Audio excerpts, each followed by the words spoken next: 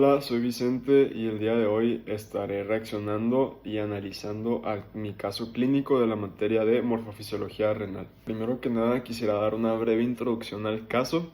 El caso clínico trata sobre un hombre, un paciente masculino de 50 años que ya padece de diabetes tipo 2, obesidad y pues toma una dosis diaria de insulina debido a su diabetes. Un día es llevado a urgencias por su esposa, ya que presentaba un cuadro clínico caracterizado por confusión, polipnea, y comenta a su esposa que el paciente la noche anterior tuvo una ingesta excesiva de calorías, incluyendo más que nada glucosa, y comió pizza, helado y entre 8 y 10 cervezas.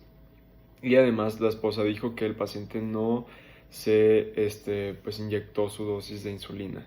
Una vez ya ingresado en el hospital, se le hizo la exploración física al paciente, donde pues se presentaba más que nada disnea, polipnea, una presión arterial de 90-60, frecuencia cardíaca de 96 latidos por minuto, una temperatura de 39 grados y la talla y peso del paciente. El paciente pesa 130 kilos y su talla es de 1,75 metros. Un dato interesante en cuanto a la exploración física es que el paciente presentaba un aliento como con un aroma frutal, específicamente como a manzana.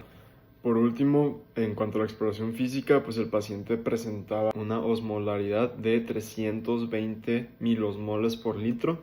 Esto pues en la evaluación clínica, el médico de urgencias diagnosticó a este paciente con cetoacidosis diabética. Después, este paciente pues ya se le dio tratamiento, se le administraron inyecciones de insulina y grandes volúmenes de solución intravenosa con electrolitos y bicarbonatos para compensar la acidez que tenía en su cuerpo. En cuanto a las pruebas adicionales, no se encontraron infecciones ni ninguna otra causa de la fiebre.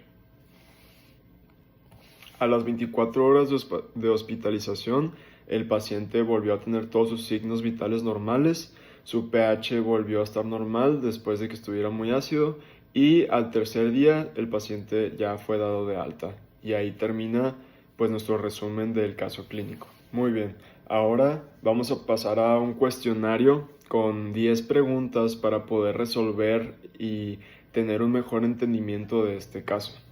Entonces, esta pregunta está un poco tricky, pero la respuesta es que este paciente debería tener un menor porcentaje de agua corporal total que un adulto promedio con peso normal. ¿Por qué? Bueno, nosotros sabemos que este paciente tiene una talla de 1,75 y pesa alrededor de 130 kilos, lo que si hacemos cuentas nos da un IMC de 42.4, lo que nos indica que el paciente ya padece de obesidad grado 3, que es ya la máxima. En pacientes con este tipo de obesidad, el porcentaje de agua llega a bajar desde un 60%, que es lo que debe tener un hombre promedio adulto, un 60% de agua total de su peso corporal. Esta, en pacientes con obesidad de grado 3, llega a bajar hasta un 45-50%. ¿Por qué?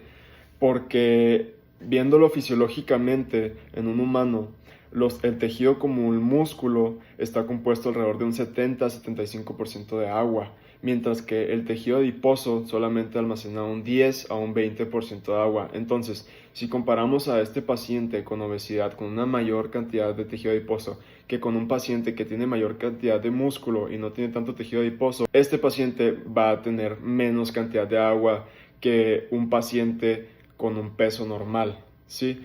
Puede ser que este paciente, por su tamaño, por su volumen corporal, tenga más agua que un paciente normal. Sin embargo, en relación a su peso, debería tener menos porcentaje de agua corporal que un paciente normal. Este paciente presentaba una osmolaridad elevada, un valor de 320 milosmoles por litro, lo que significa que la concentración de solutos en su sangre era demasiado alta. Un valor normal de osmolaridad en el plasma es de aproximadamente entre 275 y 295 milosmoles por litro. Por lo tanto, pues este paciente sí estaba en un estado de hiperosmolaridad. ¿Qué significa que esté en un estado de hiperosmolaridad? Bueno, eso significa que hay demasiados solutos en sangre en proporción al agua en el plasma. Sí, con solutos me refiero a glucosa, sodio y otros electrolitos. En este caso específicamente, el paciente, la hiperosmolaridad que presentaba el paciente se debe principalmente a la hiperglucemia severa que tenía. No sé si se me pasó mencionarlo en el resumen del caso clínico, pero el paciente llegó al hospital donde se le tomó la glucosa y tenía unos niveles de 500 miligramos por decilitro, unos niveles excesivos de glucosa en sangre. Además, el paciente tenía un cuadro con poliuria osmótica, o sea, orina excesiva. ¿Esto ocasiona sed? La respuesta es que sí. ¿Por qué? Porque, bueno, una hiperosmolaridad se detecta por osmorreceptores en el hipotálamo, el cual estimula el centro de sed, lo que hace que pues, el paciente tenga ese impulso de querer beber agua. Esto es con el objetivo pues, de restaurar el equilibrio osmótico, ¿no? Al igual que este sistema, también se activa lo que es la hormona ADH, la vasopresina, la cual tiene el mismo objetivo, pero actúa en los riñones. ¿Cómo? Pues lo que hace es intentar conservar el agua renal, favorece la reabsorción del agua con la vasoconstricción de las arteriolas aferentes de los riñones. Entonces, recordemos que cuando José mantiene un control voluntario de la micción, pues él es capaz de controlar su esfínter uretral. Recordemos que la vejiga tiene dos esfínteres uretrales. Tenemos el esfínter uretral externo, que está compuesto de músculo estriado, por lo tanto es un músculo voluntario, podemos controlarlo a nuestra voluntad. Y tenemos el esfínter uretral interno, el cual está compuesto de músculo liso. Entonces es un músculo involuntario. Sin embargo, pues es un músculo que casi siempre está relajado para permitir el paso de la orina. Ahora, como el paciente está confundido y no puede colaborar para darnos una muestra de orina, lo que se hace pues es ya tener que introducir una sonda, un catéter para obtener la muestra. ¿Por dónde se va a introducir esta sonda? Por la uretra. Recordemos que a diferencia de las mujeres, los hombres compartimos pues el orificio uretral con el orificio pues del pene, donde también a su vez los conductos eyaculatorios se van a desembocar en la uretra y pues pasan estas dos sustancias, tanto el semen como la orina. La uretra en los hombres está dividida en tres porciones. Tenemos la primera porción, que es la uretra prostática, después tenemos la uretra membranosa y por último la uretra esponjosa o la peniana, que es la porción más larga. Entonces, si nosotros quisiéramos introducir una sonda en este paciente, pues se tendría que introducir a través del orificio uretral que está ubicado en el pene. Bueno, pues son varias preguntas en una, pero volviendo a la primera, sí, la respuesta es que varios de los problemas de José están directamente relacionados con que la glucosa se filtra en los glómerulos renales y no se devuelve a la sangre. El proceso que normalmente devuelve la glucosa de los túbulos renales, o sea, desde el filtrado glomerular a la sangre, es la reabsorción. La reabsorción pues, es un mecanismo de los túbulos renales que permite recuperar sustancias que les son de alta importancia, de función vital para el organismo, como solutos como sodio, agua, aminoácidos y pues obviamente glucosa, que nos sirve como energía. En una situación normal, el 100% de glucosa que es filtrada a través del glomérulo se debería de reabsorber el 100%, por lo tanto, o sea, no debería haber presencia para nada de glucosa en la orina. El proceso que se encarga de reabsorber la glucosa a la sangre es mediante transportadores. Estos transportadores se llaman transportadores dependientes de sodio, también se los conoce como SGLT2 y SGLT1, ¿sí? Estos transportadores están en la porción proximal del túbulo contorneado, o sea, túbulo contorneado proximal, ¿sí? Sin embargo, pues como ya mencionamos en las preguntas anteriores, este paciente presentaba unos niveles de glucosa de 500 miligramos por decilitro, niveles excesivos de glucosa en sangre. Y este sistema generalmente tiene un límite. Este límite se le conoce como el umbral renal de glucosa, ¿sí? El cual es de 180 miligramos por decilitros. Por lo tanto, pues fue imposible que toda la glucosa se haya podido reabsorber hacia los vasos sanguíneos, ¿sí? Debido a las altas cantidades de glucosa que tenía este paciente en la sangre. Además, la glucosa es altamente osmótica, o sea que atrae el agua y se la lleva con ella, lo que nos da a explicar los síntomas que presentaba el paciente de poliuria, sí, o sea que estaba orinando demasiado, y además esto contribuye pues la pérdida de agua a la deshidratación. Entonces sí, en conclusión, pues todo esto está relacionado con que no hubo una reabsorción total de glucosa en sangre y pues nos da todo lo que es el cuadro y el diagnóstico de cetoacidosis diabética. Recordemos que en condiciones normales las proteínas no deberían de atravesar la membrana de filtración, por lo tanto no debería de haber presencia de proteínas en la orina. ¿Cómo funciona esto? Bueno, la membrana de filtración está compuesta de 3 capas. Justamente 2 de esas capas tienen la función específicamente de evitar el paso de proteínas. Tenemos la segunda capa, la intermedia, que es la membrana basal. Y esta capa lo que hace es que está compuesta de proteoglucanos. Los proteoglucanos son proteínas de carga negativa que impiden y repelen el paso de otras proteínas de carga negativa también y de alta densidad. Y la tercera capa es la membrana hendidura que tiene los podocitos, que también impiden el paso de unas proteínas de un tamaño intermedio. Ahora, que las proteínas no atraviesen la membrana de filtración es clave para mantener el gradiente de presión oncótica y pues que se regule bien la tasa de filtrado glomerular. Ahora, en este caso, recordemos que nuestro paciente, pues debido a la hiperosmolaridad que tenía, la hiperglucemia y la deshidratación, pues hay una lesión evidente en los glomérulos. Por lo tanto, las proteínas comienzan a filtrarse hacia el ultrafiltrado, o sea, la orina, y pues altera el equilibrio de presiones. Recordemos que la tasa de filtrado glomerular está regulada por 3 presiones principalmente. Tenemos la presión hidrostática glomerular, que es la presión que favorece el filtrado glomerular, y tenemos 2 presiones de la cápsula de Bowman, que es la presión hidrostática y la presión oncótica, que se oponen al filtrado glomerular. Entonces, al disminuir al disminuir la concentración de proteínas en el capilar, lo que pasa es que va a reducir la presión oncótica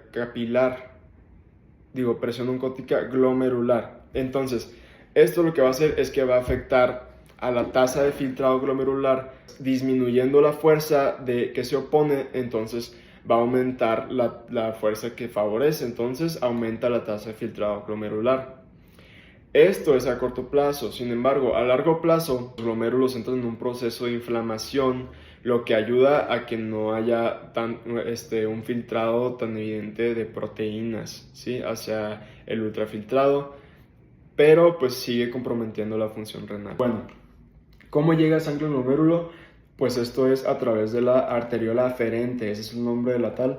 Como tal, la arteriola aferente viene de toda la irrigación renal que va desde la aorta abdominal, después sale la arteria renal, se divide en arterias segmentarias, después ya dentro de los lóbulos son arterias interlobulares, después se van segmentando arterias arcuatas, arterias interlobulares y después de arterias aferentes. Entonces, ese es todo el proceso de irrigación de cómo llega sangre al glomérulo, ¿no? Ya las arterias aferentes forman el glomérulo y después salen a través de las arterias eferentes.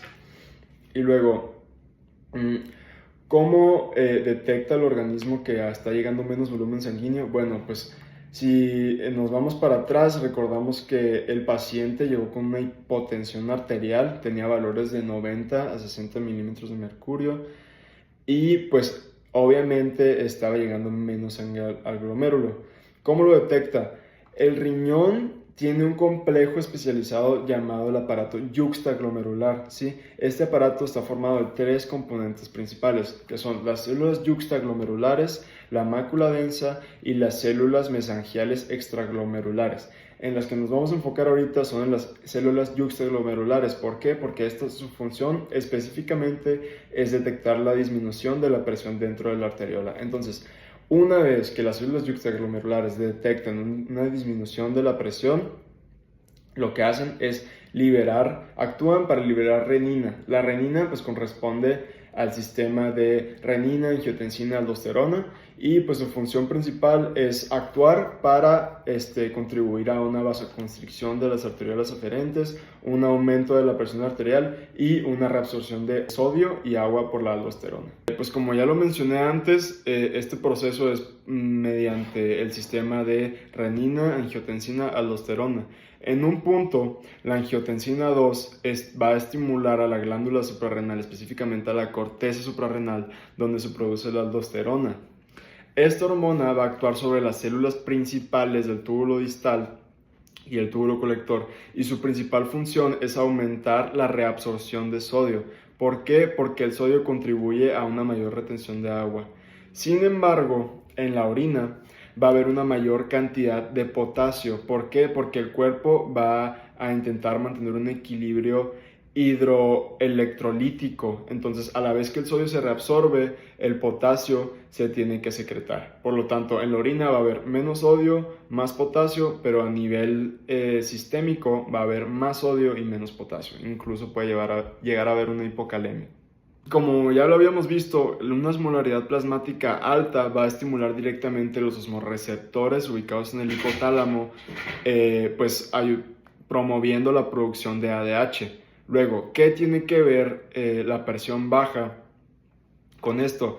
Que en el sistema cardiovascular tenemos unos vasoreceptores en el seno carotidio y tenemos también otros receptores en la aurícula izquierda, que estos, al detectar una hipovolemia o una hipotensión, lo que van a hacer es también ayudar al estímulo de ADH, aunque en menor intensidad que los osmorreceptores.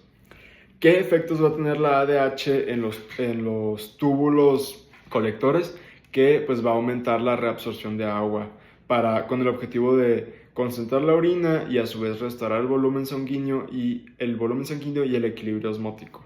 Bueno, en cuanto al péptido natriurético, pues recordemos que esta es una hormona que se activa directamente con la distensión de la aurícula derecha. Entonces, esto es por un aumento en la volemia. Si hay una disminución de la volemia, esta hormona debería de reducirse, disminuir, ya que no queremos que excrete pues agua y sodio. Al contrario, queremos que se quede en el cuerpo. Entonces, esta hormona disminuye. En cuanto a la angiotensina 2, pues ya vimos sus funciones. Entonces, si su función es la vasoconstricción y el estímulo de otras hormonas como la aldosterona y la ADH, obviamente esta hormona va a subir, ¿sí? Después tenemos la aldosterona, que ya vimos que pues, es estimulada por la angiotensina 2 y esta hormona va a aumentar, ya que su objetivo también es la reabsorción de sodio y agua. Y por último, la ADH, la vasopresina. ¿Qué va a hacer esta hormona? Igual, reabsorción de agua en el túbulo colector, como con la vasoconstricción de las arteriolas eferentes. Bueno, el paciente con un pH 7.12 indica que es un poco ácido, abajo de lo normal, ya que un pH normal debe ser de entre 7.35 y 7.45. Entonces, esto nos indica que tenía un exceso de hidrogeniones libres. Entonces, es la señal de una acidosis metabólica. Después, la administración de bicarbonato intravenoso ayuda a neutralizar los hidrogeniones libres, ya que estos forman ácido carbónico, el cual se disocia con agua y dióxido de carbono, y este se elimina por medio de la respiración. Esto pues contribuye para que hubiera menos hidrogeniones libres, entonces el pH sanguíneo se eleva y pues llega a su normalidad, resultando en que el paciente ya no tenga la acidosis metabólica y esté bien.